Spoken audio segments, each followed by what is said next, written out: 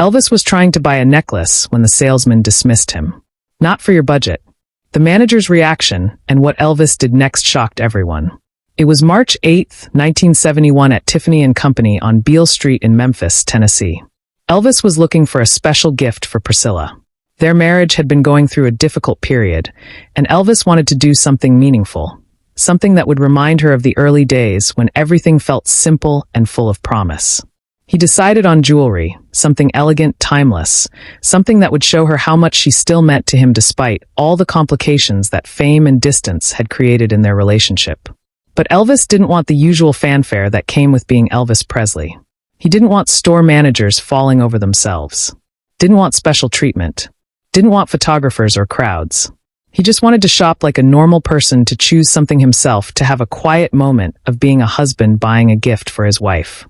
So he dressed down simple blue jeans, a plain black t-shirt, a baseball cap, and sunglasses. He looked like any other customer who might walk into an upscale jewelry store on a Tuesday afternoon.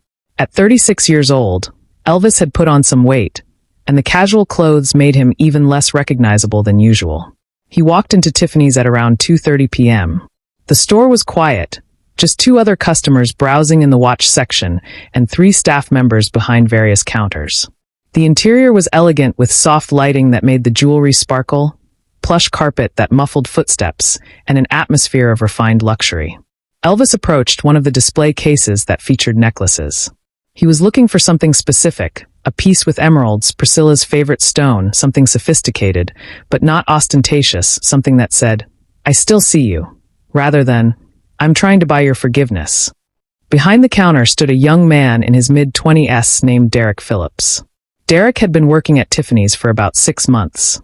He came from money, had gone to an expensive college, and had very specific ideas about who belonged in a store like this and who didn't. In his mind, jewelry this expensive was for a certain class of people. And the man in jeans and a t-shirt standing in front of him definitely didn't fit that category. Derek looked up from the inventory list he'd been reviewing and saw Elvis examining the necklaces. His expression immediately shifted to one of barely concealed disdain. "Can I help you?" Derek asked, his tone suggesting he very much did not want to help. "Yes, thank you," Elvis said politely, not picking up on the attitude. "I'm looking for a necklace with emeralds, something elegant. Do you have anything like that?" Derek glanced at the section Elvis was looking at and smirked slightly. "Sir, these pieces start at $15,000. Perhaps you'd be more comfortable looking at our more accessible collection in the back section." Elvis looked up from the display case, surprised by the tone. "I'm sorry. These are very expensive pieces," Derek said slowly, as if speaking to someone who didn't understand English very well. "Top-quality emeralds, platinum settings. They're not really in most people's budget. We have some lovely costume jewelry in the back that might be more appropriate for your price range." Elvis stood there for a moment, processing what was happening. He was being dismissed, judged, told he didn't belong, based entirely on how he was dressed. "I'd still like to see the emerald pieces," Elvis said calmly, his voice remaining polite despite the insult. Derek sighed with exaggerated patience. "Sir, I'm trying to save you some embarrassment. These necklaces cost more than most people make in a year. Unless you have $15,000 to $30,000 to spend, you're wasting both of our time." "I understand the price range," Elvis said. "I'd still like to see them." Derek's expression hardened. "Look, I don't know what you do for a living, but trust me, these aren't for you. Maybe try one of the department stores downtown. They have some nice pieces that would be more suitable for your budget." Elvis felt a familiar tightness in his chest. He'd experienced this before, growing up poor in Tupelo in Memphis, being looked down on, being told he didn't belong. Even after all these years of success, even after everything he'd accomplished, here it was again. Someone judging his worth based on appearance, making assumptions about what he could or couldn't afford. He could have revealed who he was right then. Could have removed his sunglasses and watched Derek's face crumble with recognition. But something stopped him. Maybe it was pride. Maybe it was curiosity about how far this would go. Maybe he just wanted to see if Derek would show any human decency without knowing he was offending someone famous. "I appreciate your concern," Elvis said, his voice still even. "But I'd really like to see the emerald necklaces, all of them." Derek's face flushed with annoyance. "Sir, I've been very patient, but I'm going to have to ask you to either look at the affordable section or leave. This is Tiffany & Company, not a browsing gallery for people who can't actually make a purchase. That's when a door at the back of the store opened and Walter Harrison, the store manager, emerged. Walter was in his late 50s, had been with Tiffany's for over 30 years, and had an encyclopedic knowledge of jewelry, customers, and most importantly, Memphis society. He recognized Elvis Presley immediately, even with the baseball cap and sunglasses. Walter's eyes widened, and he quickly crossed the floor. "Mr. Presley," he said warmly, extending his hand. "What a pleasure to see you. I hope Derek has been taking good care of you." The color drained from Derek's face. He looked from Walter to the man he'd just been dismissing, and recognition hit him, like a physical blow. The sunglasses, the casual clothes, it didn't matter anymore. He could see it now. The distinctive features, the way he carried himself. This was Elvis Presley. And Derek had just told Elvis Presley that he couldn't afford to shop at Tiffany's. I didn't, Derek stammered, his confidence evaporating completely. Elvis removed his sunglasses, and there was no question anymore. Derek had just destroyed his career, and he knew it. Walter's expression shifted from welcoming to confused as he picked up on the tension. "Is everything all right? Your salesman was just explaining that these pieces aren't in my budget," Elvis said calmly, gesturing to the emerald necklaces.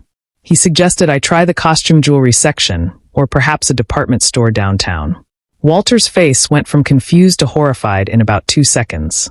He turned to look at Derek, who looked like he wanted the floor to swallow him whole. "Derek," Walter said, his voice dangerously quiet. "Could you excuse us for a moment?" "Mr. Harrison, I swear I didn't know," Derek began. "Now, Derek." Derek stumbled away from the counter, his hands shaking, his face pale. He knew what was coming. He was going to be fired, publicly humiliated, possibly barred from working in high-end retail ever again. Walter turned back to Elvis, his expression mortified. "Mr. Presley, I cannot apologize enough for." Elvis held up a hand stopping him. "Walter, before you do anything, I want to ask you something. If I hadn't been Elvis Presley, if I really was just a regular guy in jeans and a t-shirt, would it have been okay for Derek to treat me that way?" Walter paused, understanding the question behind the question. "No, sir, it wouldn't have been," clears throat that. "That's what I thought," Elvis said. "Because the issue isn't that he insulted me specifically. The issue is that he judged someone's worth by their appearance, made assumptions about what they could afford, and treated them with contempt based on those assumptions." Elvis glanced over at Derek, who was standing by the wall, looking like he was about to cry. "How long has he worked here?" 6 months, Walter said quietly. "Is this the first time something like this has happened?" Walter hesitated. "We've had him complaints about his attitude towards certain customers. I've spoken with him about it, but he didn't learn," Elvis finished. "Because words without consequences don't teach anything." Walter nodded. "Mr. Presley, I understand if you want me to terminate his employment immediately. What he did was inexcusable." Elvis looked at Derek again. The young man was genuinely terrified now, and underneath the fear, Elvis could see something else. Shame. Real genuine shame. "Derek," Elvis called out. "Come here." Derek walked over slowly like a man walking to his execution. "Mr. Presley, let me ask you something," Elvis interrupted. "Why did you assume I couldn't afford the jewelry?" Derek's mouth opened and closed. "You were dressed, I was dressed like a normal person," Elvis said. "And you decided that normal people don't deserve respect in a place like this. Is that it?" Derek's eyes filled with tears. "I was wrong. I was so wrong. I'm sorry." "Why are you sorry?" Elvis asked. "Because you insulted Elvis Presley, or because you treated another human being with contempt based on how they looked?" Derek stood there struggling to answer. The silence stretched out. "That's what you need to figure out," Elvis said.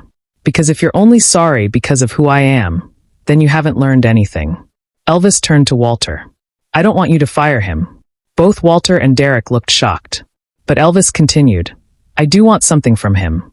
Derek, I want you to spend the next month working in that affordable section you suggested I visit. I want you to help every customer who comes in looking at those pieces with the same attention, respect, and courtesy you would give to someone buying a $30,000 necklace." Derek nodded vigorously. "Yes, sir. Absolutely." And Elvis added, "I want you to remember something. Some of the wealthiest people I know dress like they shop at thrift stores. Some of the kindest people I've met couldn't afford a cup of coffee. And some of the emptiest people I've encountered wear 1,000 suits and can buy anything in this store. A person's worth has nothing to do with their bank account or their clothes." Elvis put his sunglasses back on. You judged a book by its cover today, Derek. That's a mistake rich people and poor people make equally. Don't make it again. He turned to Walter. Now, about those emerald necklaces. I'd like to see them all, please. Walter immediately opened the case, his hands shaking slightly from the emotional weight of what had just happened. He laid out 6 different necklaces, each one more exquisite than the last. Elvis examined them carefully, taking his time. He asked about the quality of the stones, the craftsmanship, the history of each piece. Walter answered every question with expertise and genuine enthusiasm, grateful for the chance to do his job properly. After about 20 minutes, Elvis selected a necklace with a stunning emerald pendant surrounded by small diamonds. This one, he said. It's perfect. Excellent choice, Walter said. Shall I have it wrapped? Please, Elvis said. Then he added, and Walter, I'd like Derek to ring up the sale. Derek, who had been standing quietly in the corner, looked up in surprise. Walter nodded and gestured for Derek to return to the counter. Derek approached with trembling hands. He processed the sale, $28,500, with meticulous care, double-checking every detail, treating the transaction with the utmost professionalism. When he handed Elvis the receipt, Elvis said, Derek, do you know why I'm having you do this? No, sir, Derek admitted. Because I want you to remember that the customer you almost turned away just made the biggest sale of your month, maybe your year. I want you to think about all the other sales you might have lost because you judged people before knowing them. Derek nodded, unable to speak. Elvis took the elegantly wrapped box and turned to leave. At the door, he paused and looked back at Derek. One more thing, Elvis said. That shame you're feeling right now, hold on to it. Not to punish yourself, but to remind yourself to do better. Everyone makes mistakes, Derek. What matters is what you do. After Elvis left the store and Derek stood at the counter staring at the receipt for a $28,500 necklace sold to the man he'd tried to send to the costume jewelry section, Walter approached him. Derek, I'm going to be honest with you. If Mr. Presley had asked me to fire you, I would have done it without hesitation. The fact that you still have a job is entirely due to his grace. I know, Derek said quietly. Do you? Walter asked. Do you really understand what just happened? He could have humiliated you. He could have made sure you never worked in retail again. Instead, he gave you a chance to learn. Don't waste it. Derek didn't waste it. Over the next month, working in the more affordable section, he discovered something profound. The customers there, teachers, nurses, young couples saving for months to buy an engagement ring, often showed more genuine appreciation, more careful consideration, more emotional investment in their purchases than the wealthy clients who bought expensive jewelry on a whim. He learned to see people as people, not as price points. He learned that respect costs nothing and should be given freely. He learned that assumptions about who can afford what are often wrong and always harmful. Years later, when Derek had become a respected figure in Memphis's jewelry community, running his own successful store, he would tell the story of the day Elvis Presley taught him the most important lesson of his career. He kept the receipt from that $28,500 sale framed in his office, not as a trophy, but as a reminder. And every time a customer walked into his store dressed casually, looking uncertain, maybe not fitting the typical profile of someone shopping for luxury items, Derek would remember the man in jeans and a t-shirt who changed his life by showing him that wealth is not measured in dollars. Character is not determined by clothing, and everyone deserves to be treated with dignity. If this story about judgment and redemption moved you, make sure to subscribe and hit that thumbs up button. Share Snorts, this video with anyone in retail, customer service, or anyone who's ever been judged by their appearance. Have you ever been underestimated because of how you looked? Let us know in the comments. And don't forget to ring that notification bell for more incredible true stories about Elvis Presley's wisdom and grace.